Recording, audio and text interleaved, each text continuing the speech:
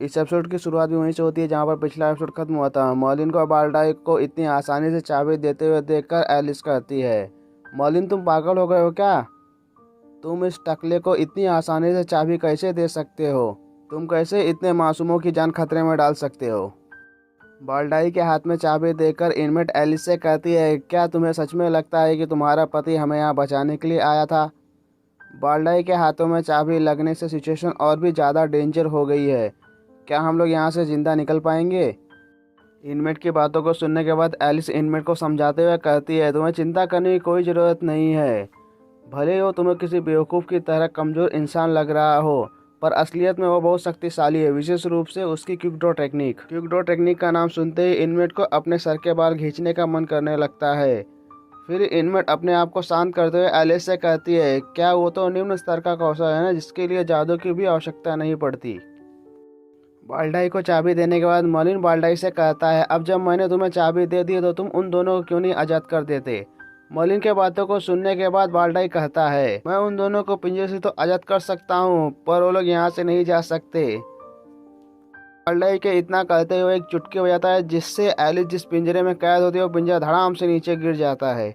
नीचे गिर जाने के बाद उसमें से एलिस और इनमेट बाहर निकल जाती हैं। फिर मर्लिन इनमेट को देखते हुए कहता है, तुम्हें यहाँ पर कैद हुए ज़्यादा समय नहीं हुआ है, फिर भी ऐसा लगता है कि तुमने एक नया दोस्त बना लिया है। इस पर एलिस मर्लिन से पूछती है, तुमने वह चाबी इस टकले को क्यों दे दी? ये टकला हमें इस चाबी के लिए मारने वाला था।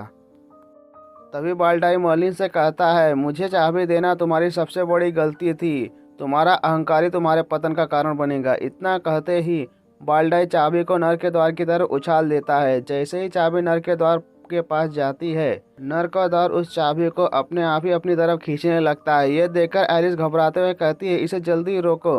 वहीं दूसरी तरफ मर्लिन ये देखकर खुश हो रहा होता है।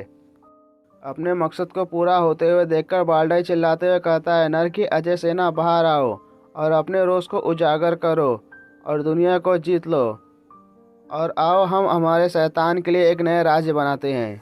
बाल्डाई के इतना कहते ही नर का द्वार खुल जाता है। नर का द्वार किसी बड़े मॉन्स्टर के मुंह की तरह दिखने लगता है।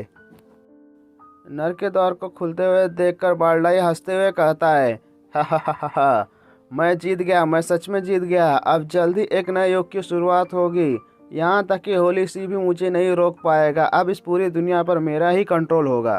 नर के दरवाजे के खुलते ही उस दरवाजे से इतनी तेज फोर्स निकलने लगती है, उस फोर्स के आगे एलिस और इनमेट ठीक से खड़े भी नहीं हो पा रहे होते हैं। नर के दरवाजे के पूरी तरह से खुलने की वजह से वहाँ की सभी चीज़ें तबाह हो जाती हैं और चारों तरफ आगे आग लग जाती है। नर का द्वार खुलते ही वहाँ से बहुत गंदी बदबू आने लगती है। उस गंदी बदबू को सुनते ही एलिस कहती है, ये कितनी अजीब गंध है और ये कहाँ से आ रही है? एलिस के बात सुनते ही इनमेट कहती है, अपनी सांसों को थाम लो, यह बहुत जहरीली हवा है। तभी मर्लिन एलिस को उसकी तलवार देते हुए कहता है, तैयार हो जाओ, जल्दी मेहमान आने वाले हैं। तभी उस नर के द्वार से लाखों की संख्या में फायर डीमंस निकलने लगते हैं।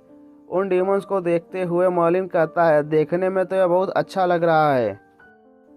तभी बाल्डाई मर्लिन को धमकी देते हुए कहता है, बेवकूफ़ मूर्ख कहीं के, नर के दरवाजे को देखकर क्यों हंस रहे हो? उस दरवाजे के उस पर तुम्हारी मौत तुम्हारा इंतजार कर रही है। बाल्डाई मर्लिन को धमकी दे ही रहा होता है कि तभी एक रौबदार आवाज़ आती है, क्या ये तुम हो लूसीफर? इतना कहकर पूरे एटीट्यूड के साथ वही लड़की नर के द्वार से बाहर निकलती है, जिसे द विची ने चाबी की जांच करते समय देखा था। उसकी ओवरवेलिंग पावर की वजह से आसपास की सभी चट्टानें गलकर लावा बनने लगती है। तभी वो डीमन लड़की मर्लिन से कहती है, निर्दयी लूसीफर, आखिरकार मैंने तुम्हें ढूंढ ही लिया। उस डीमन लड़की को देखकर एलिस को भी कुछ समझ में नहीं आ रहा होता है। वो कंफ्यूज होते हुए कहती है, क्या यह लड़की मर्लिन को पहले से ही जानती है? वहीं दूसरी तरफ मर्लिन भी उस डीमन लड़की को देखकर कंफ्यूज होते हुए कहता है, उसे समझ में नहीं आ रहा होता है कि वो इस लड़की से कब मिला था। जब मर्लिन उस डीमन लड़की को नहीं पहचान पाता, यह देखकर वो डीमन लड़की गुस्से में आग बबूला होते हुए कहती है, कमीने मर्लिन कहीं के। इतना कहते ही वो डीमन लड़की अपनी पूरी पावर को रिलीज कर देती है। उस लड़की की इतनी भयानक ताकत को देखकर एलिस कहती है, जैसे ही उस लड़की ने मर्लिन को देखा, उसने अपना आपा खो दिया। उस लड़की का मर्लिन से क्या रिश्ता है? उस डीमन लड़की की बात सुनने के बाद मर्लिन अपने दिमाग पर जोर डालते हुए उस लड़की को याद करने की कोशिश करता है, पर उसे कुछ भी याद नहीं आता है। कि यह लड़की कौन है। फिर मर्लिन सवाल भरी चेहरे के साथ उस लड़की से पूछता है, क्या तुम्हें सच में लगता है कि हम एक दूसरे को जानते हैं?